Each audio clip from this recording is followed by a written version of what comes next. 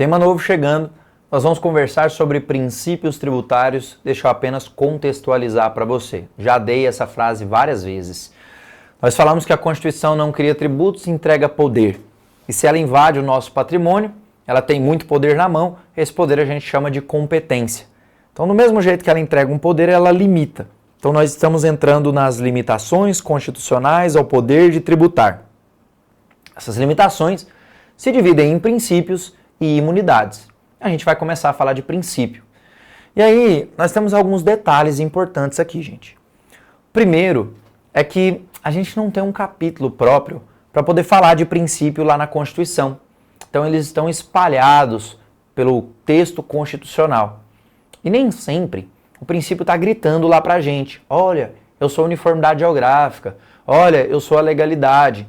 Então, a gente tem que ler o texto e, às vezes, ainda tem que tentar entender qual é o princípio. Mas é uma proteção que serve para a gente evitar surpresa tributária, para que você tenha um tempo para se preparar para aquele tributo que vai invadir seu patrimônio, vai invadir seu bolso e etc. Então, princípios tributários, limitações constitucionais ao poder de tributar, são direitos e garantias fundamentais do cidadão e do contribuinte. Certo. Antes de qualquer conversa, o prof tem duas dicas bem importantes para te dar. Eu já comentei isso, não vou falar mais 1000 vezes. Você vai ver, primeira dica, todos os princípios como regras. E o prof fala assim, vou repetir igualzinho, regras absolutas. Professor, tem exceção, tem um monte, mas primeiro você entende a regra para depois você chegar na exceção.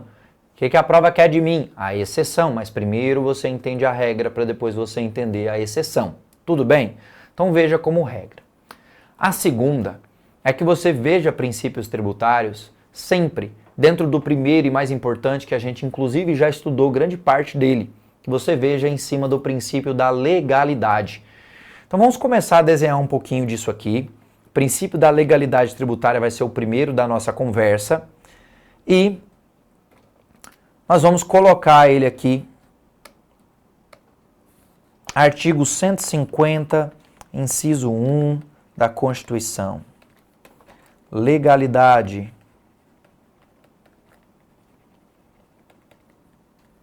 É vedada aos entes tributantes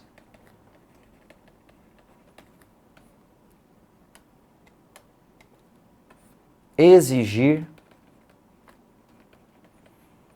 ou aumentar um tributo, senão em virtude de lei. Sinônimo que a prova cobra, criar ou majorar um tributo, senão em virtude de lei. Ok, essa é a nossa regra. O que já sabemos também? Que lei é essa? Ordinária para todo mundo, complementar nos 4 casos. Medida provisória pode? Pode aqui, na lei ordinária, na lei complementar não pode não. Certinho. Beleza. Para criar um tributo, gente, não tem exceção nenhuma. É sempre a lei. E foi por isso que nós estudamos fontes do direito tributário, para você ver aonde a lei complementar vai, aonde a lei ordinária vai, aonde o decreto vai.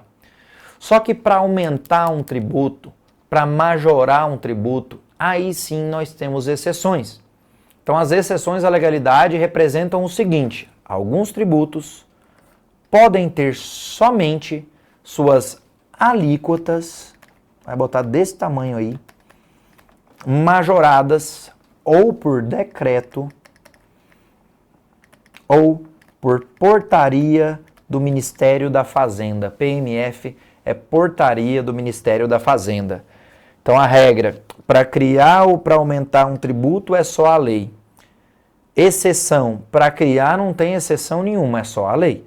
Agora, para aumentar um tributo, para majorar, alguns podem ter somente suas alíquotas majoradas ou por decreto ou por portaria do Ministério da Fazenda. Eu vou te explicar o porquê disso daí.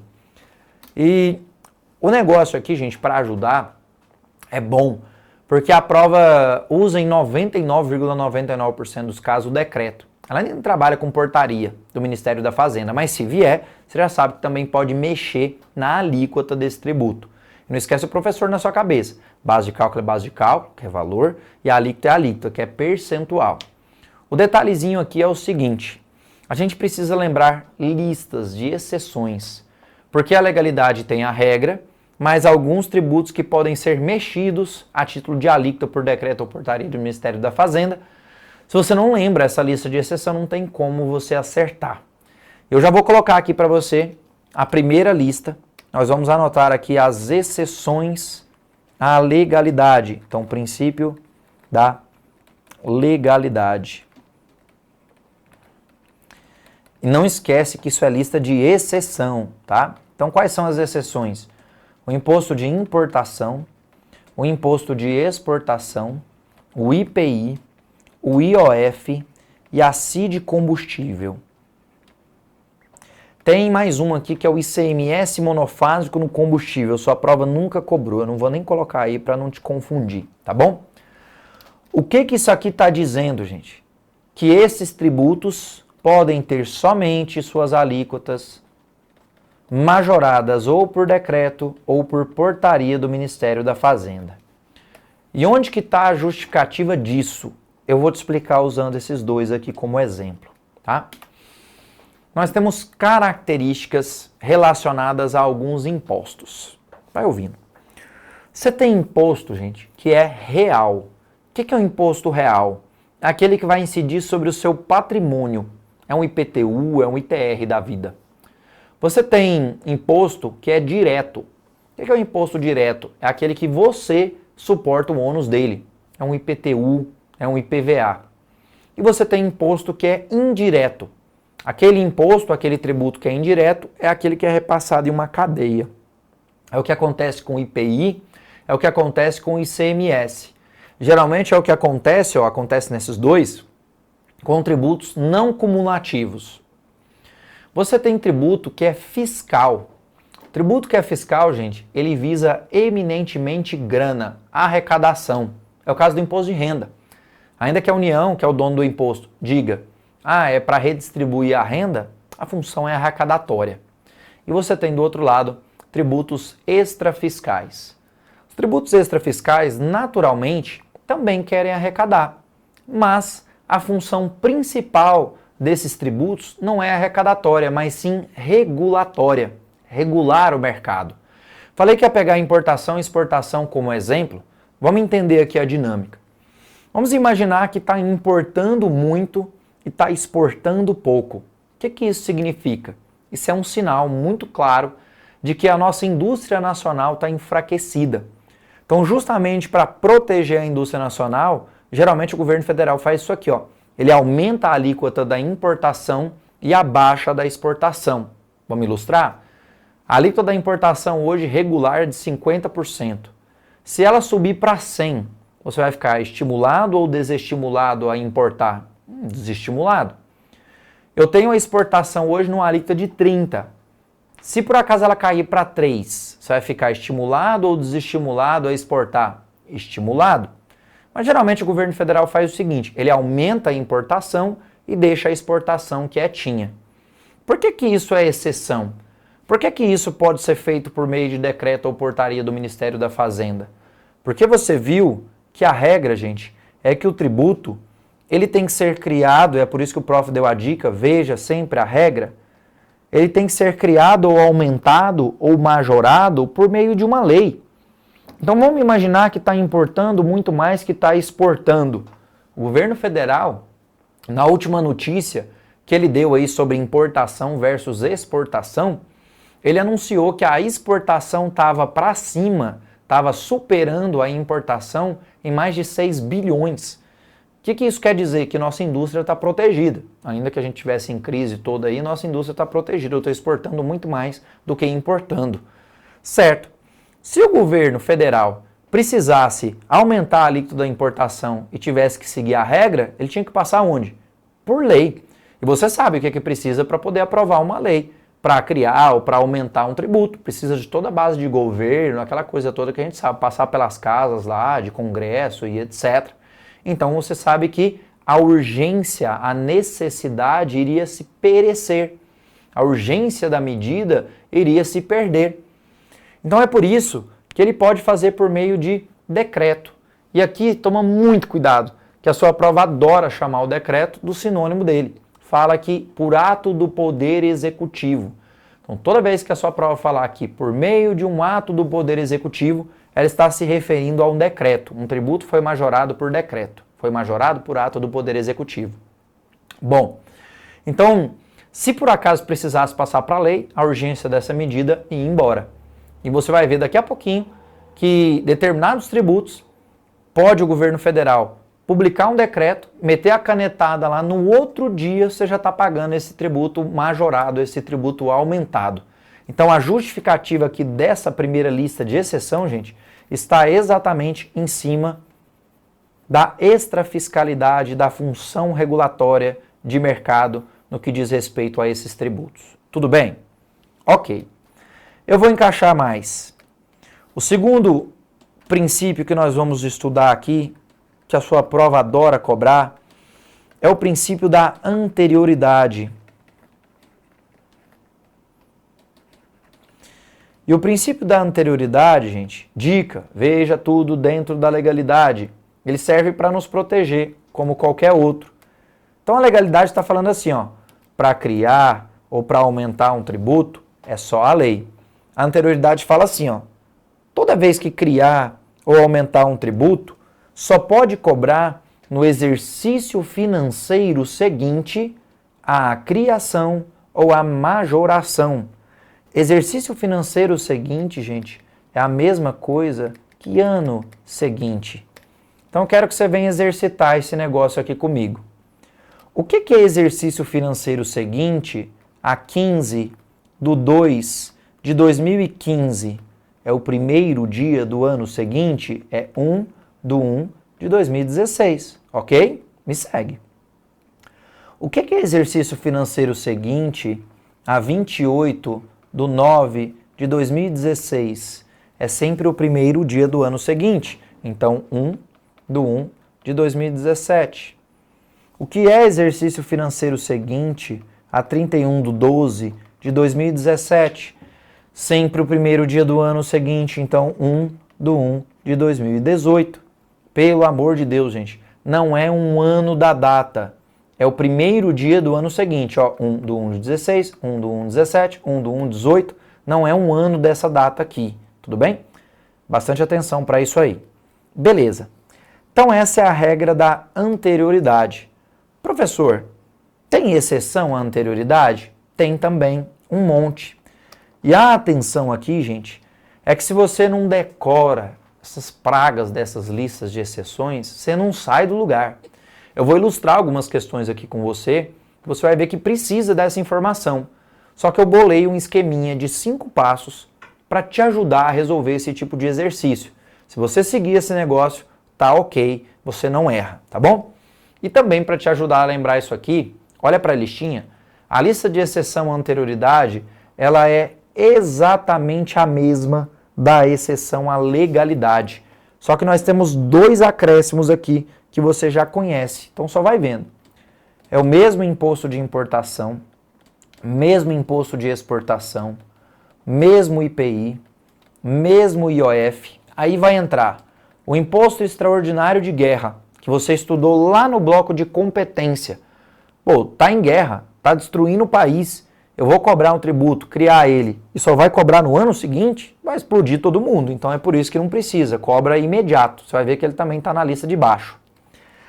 E lá quando você estudou comigo empréstimo compulsório, você abriu um parêntese e escreveu assim, ó, letra A, calamidade pública. Na letra B, guerra externa ou sua iminência.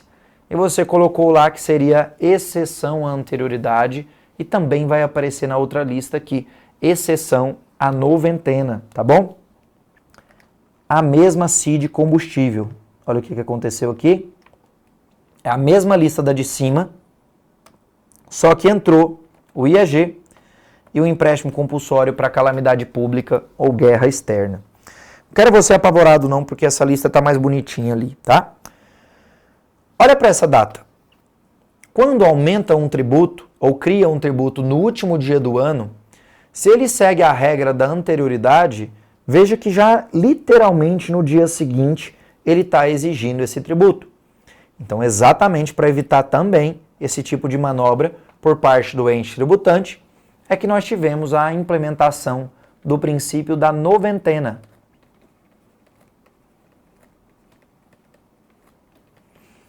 E o princípio da noventena, ele disse para nós que, veja dentro da legalidade, criou ou aumentou um tributo, é só por meio de lei. Criou ou aumentou um tributo, só pode cobrar depois de 90 dias da criação ou da majoração desse tributo. Professor, tem exceção? Tem também um monte. E aqui, gente, a dica é a seguinte: você vai comparar a terceira lista com a segunda, porque ela é a mesma, só que com duas trocas. E aí, a sua prova vai nadar de braçada na primeira, eu vou te ajudar, e na segunda, ela na primeira fase nunca cobrou, tá bom? Então vamos anotar na lista só. É a mesma importação, mesmo exportação, e já vem a primeira troca. Sai o IPI e entra o imposto de renda. Então você vai fazer igualzinho eu estou fazendo aqui, ó. Sai o IPI e entra o imposto de renda. Calma que a gente anota mais. Segue o jogo. O mesmo IOF, o mesmo IEG, mesmo empréstimo compulsório para calamidade pública ou guerra externa. E a segunda troca, sai a CID combustível e entra alteração na base de cálculo. Você vai fazer assim, ó. Alteração na base de cálculo de IPVA e IPTU. Por que disso, gente? Porque todas essas exceções que aparecem aqui estão em cima de majoração de alíquotas. Você já escreveu aqui, ó, de majoração de alíquotas, certo? E aqui nós temos uma alteração de base de cálculo. Base de cálculo é base de cálculo, alíquota é alíquota. A prova da OAB não costuma cobrar em cima dessa segunda, tá? Mas fica esperto também sobre isso que acabou de aparecer. Deixa eu fundamentar todos os artigos aqui e todos os princípios. Esse aqui está no 151. Esse está no 153B. E esse está no 153C. Todos da Constituição. Então, fundamentos e listas de exceções. Olha o seu materialzinho, sem desespero. Aqui. As exceções todas organizadinhas para você, do mesmo jeitinho que a gente fez, só que aqui está bem mais bonitinho, tá bom? Então, claro que você pode seguir essa aqui também. Eu vou discutir essa súmula daqui a pouco, mas vou voltar para cá, porque antes nós vamos fazer um registro para te ajudar. Essa troca é que sua prova mais explora. A OAB adora o tal do IPI. Então você vai puxar um cantinho no seu caderno e vai colocar assim, ó, IPI, e na linha de baixo você vai colocar imposto de renda. IPI, e na linha de baixo você vai colocar imposto de renda. Ok? Na frente do IPI, você vai escrever deve respeitar a noventena, ou seja, 90 dias. Deve respeitar a noventena, ou seja, 90 dias. Na frente do imposto de renda, você vai escrever deve respeitar a anterioridade. Deve respeitar a anterioridade, ou seja, o ano seguinte. Você vai confiar nisso aqui. E o prof vai te dizer desde agora. A gente vai chegar em questão para resolver, você vai ter isso anotado e você vai errar, porque não presta atenção. Então deixa de ser afobado e desatento, ok? Porque você já tem essa informação. Porque a hora que você olha para essa lista de exceção, é tudo lista de exceção. Você vê que tem um entrando, tem outro saindo. Eu estou na regra, eu estou na exceção, você se perde. Então, para evitar exatamente essa perda, você já tem registrado. Falou em IPI 90 dias. falou de imposto de renda ano seguinte. Combinado? A gente tem mais um para fazer. Eu bolei um esqueminha de 5 passos que você deve seguir para poder acertar esse tipo de questão. Por quê? Porque a prova vai contar a história dela para você, falando que aumentou determinado tributo, blá, blá, blá, blá, blá, blá, e vai perguntar duas coisas. Qual o princípio que aplica ou não aplica? Geralmente a primeira fase faz isso. E quando pode exigir o tributo? Geralmente essa conta é uma conta que segunda fase que gosta de cobrar. A gente vai ficar pronto para tudo. Eu vou te levar para o mais difícil, para depois a gente ir descendo para o mais fácil. Certo. Professor, que passos são esses? Primeiro, gente, você pode ir anotando junto comigo. Você vai olhar se o tributo está sendo majorado ou reduzido. Se o tributo está sendo majorado ou reduzido. E fica tranquilo aqui, porque a prova, ela não costuma falar em redução. Porque eu tenho a proteção do princípio para evitar a minha surpresa. Se o tributo está sendo majorado, me dá um tempo aí para eu organizar meu bolso. Agora, se o tributo está sendo reduzido, essa surpresa é boa, então pode vir. Só que os entes tributantes estão se aproveitando disso. No IPI, eu tenho 90 dias para majorar ele, eu tenho que esperar. Então, se eu reduzir ele, você também vai esperar 90 dias. O governo federal fez isso recentemente, tá? A prova também fala muito de criação. Só que aqui você vai ver o seguinte, quando ela falar em criar um tributo, em regra, você nem precisa olhar para o segundo passo que vai aparecer aqui, tá bom? Ele não será necessário, mas deixa ele aí por enquanto. Depois a gente exemplifica. O segundo passo é você olhar se está majorando a base de cálculo ou a alíquota do tributo. Por quê, gente? Porque a alíquota, ela tem um monte de exceção, olha aqui. Ela tem um monte de exceção. E a base de cálculo, ela segue a regra. Se falar para você como regra que aumentou a base de cálculo de um tributo, você vai ver aí que tem que seguir o ano seguinte, tem que seguir 90 dias, certo? Esse é o segundo passo. Terceiro passo, você vai olhar qual é a fonte que está sendo utilizada. Se é uma lei ordinária, se é uma lei complementar, se é uma medida provisória, se é um decreto, se é uma portaria do Ministério da Fazenda, a OAB já usou, se é um provimento da Corregedoria do Tribunal de Justiça. Então você vai ver qual é a fonte que está sendo usada para aumentar ou para reduzir esse tributo. E a gente vai fazer uma pausa aqui para combinar duas coisas. A primeira coisa é a seguinte, você vai sempre seguir os 5 passos. Quem não segue vai errar, não é praga do professor não, é porque é mais difícil. E o segundo combinado, gente, é que toda vez que você estiver seguindo os passos e se deparar com um negócio aqui, você vai parar tudo. Olha só, estou seguindo os meus passos, estou lá no meio da questão.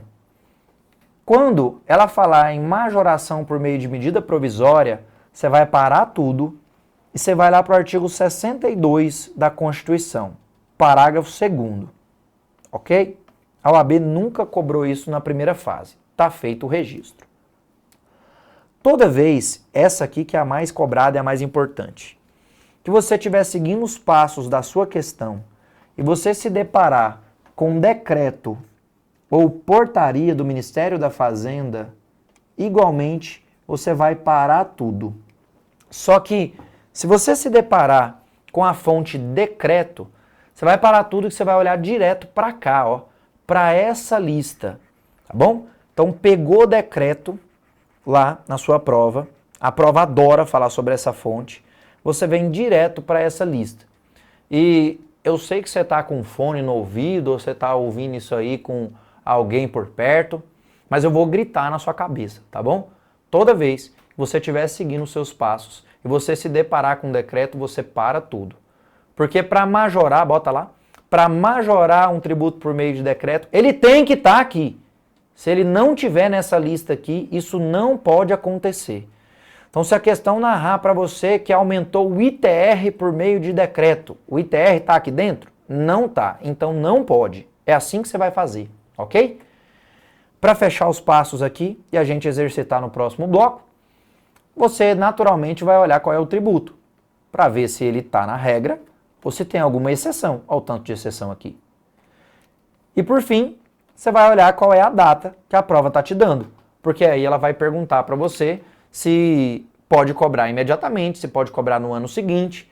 Então, quando você olha os 5 passos, você não erra mais, tem que seguir isso aqui. A gente vai exercitar um monte agora, no próximo bloco.